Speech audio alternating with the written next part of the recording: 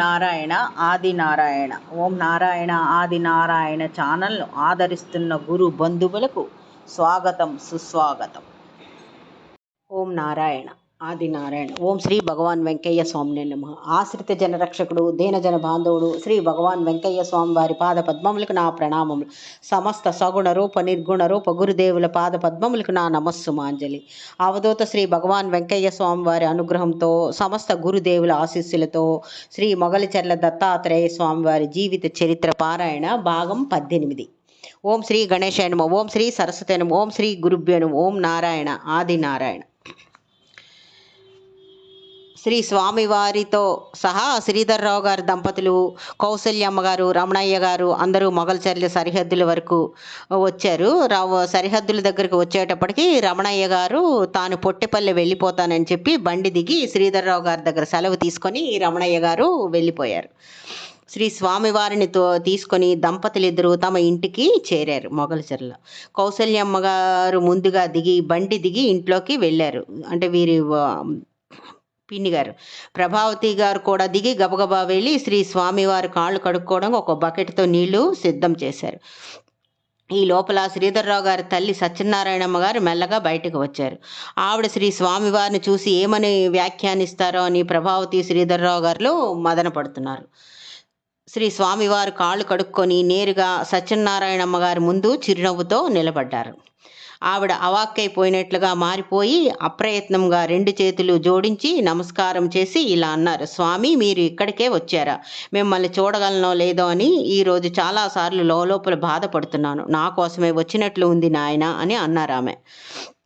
శ్రీధర్రావు, ప్రభావతి గారులకు ఇదంతా చూస్తూ ఉంటే ఆశ్చర్యంగా ఉంది. అంతకుముందు బండిలో శ్రీ స్వామివారు ఇలా అన్నారు కదా, అన్నీ సవ్యంగా జరుగుతాయి.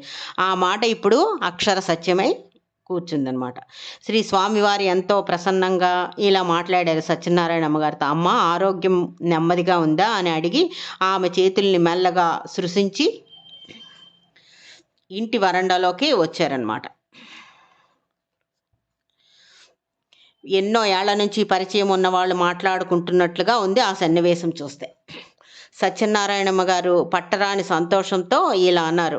అమ్మాయి ప్రభావతి, స్వామివారికి ఏ లోటు చేయకండమ్మా, అన్నీ దగ్గరుండి చూడండి. నువ్వు శ్రీధరుడు, ఇదిగో మా చెల్లెలు వచ్చింది కదా, తను నేను మాట్లాడుకుంటూ ఉంటాం. మా గురించి ఆలోచించకండి. ముందు మీరిద్దరూ స్వామివారి ఏర్పాట్లు చూడండి అని అన్నారు సత్యనారాయణమ్మ గారు.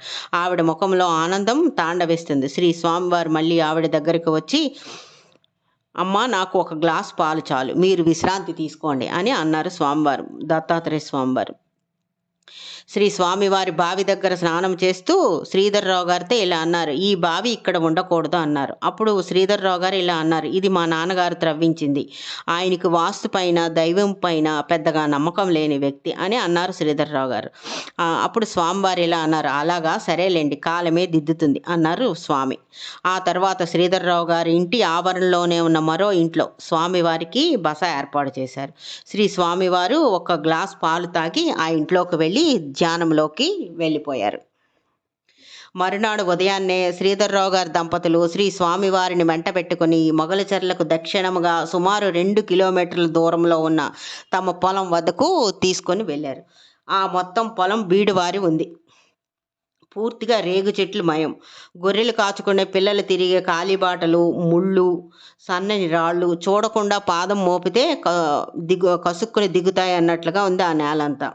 ఆ భూమి పేరు పకీరు సాహిబ్ మాన్యం. ఎవరో పకీరు కొన్ని తరాల కిందట అమ్ముకొని వెళ్ళిపోయిన భూమి అది. శ్రీ స్వామివారు అప్పుడు బండి దిగి ఆ నేలపై పాదం మోపారు. పాదం మోపిన వెంటనే ఆయన ముఖంలో ఒక్కసారిగా ఎక్కడ లేని కాంతి వచ్చింది. తేజోరూపుడుగా మారిపోయారు. పట్టరానంత సంతోషంతో, ఇదే భూమి నేను కోరుకున్నది, నాకు కావలసింది, ఇదే పవిత్ర భూమి, నేను ఇంతకాలం వేచి ఉంది, నా తపస్సుకు అనువైంది.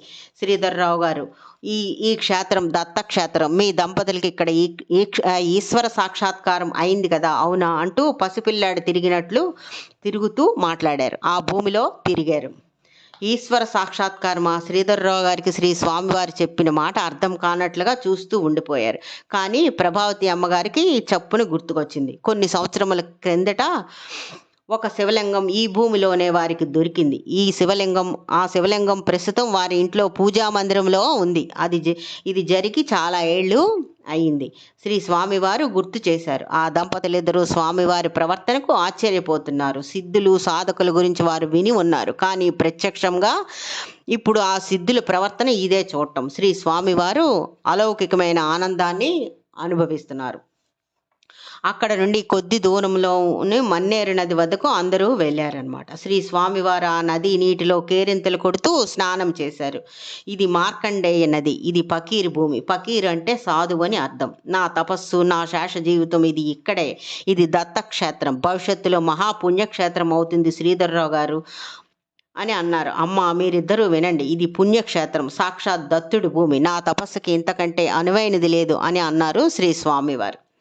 మన్నేరు నుంచి మరలా పకీరు మాన్యంలోకి వచ్చి కొంతసేపు గడిపిన తర్వాత అందరూ మొగలిచర్ల తిరిగి ఇంటికి చేరారు. శ్రీ స్వామివారు మొగలిచర్ల దత్తాత్రేయ స్వామివారు ధ్యానానికి వెళ్ళిపోయారు. ఓం నారాయణ ఆది నారాయణ.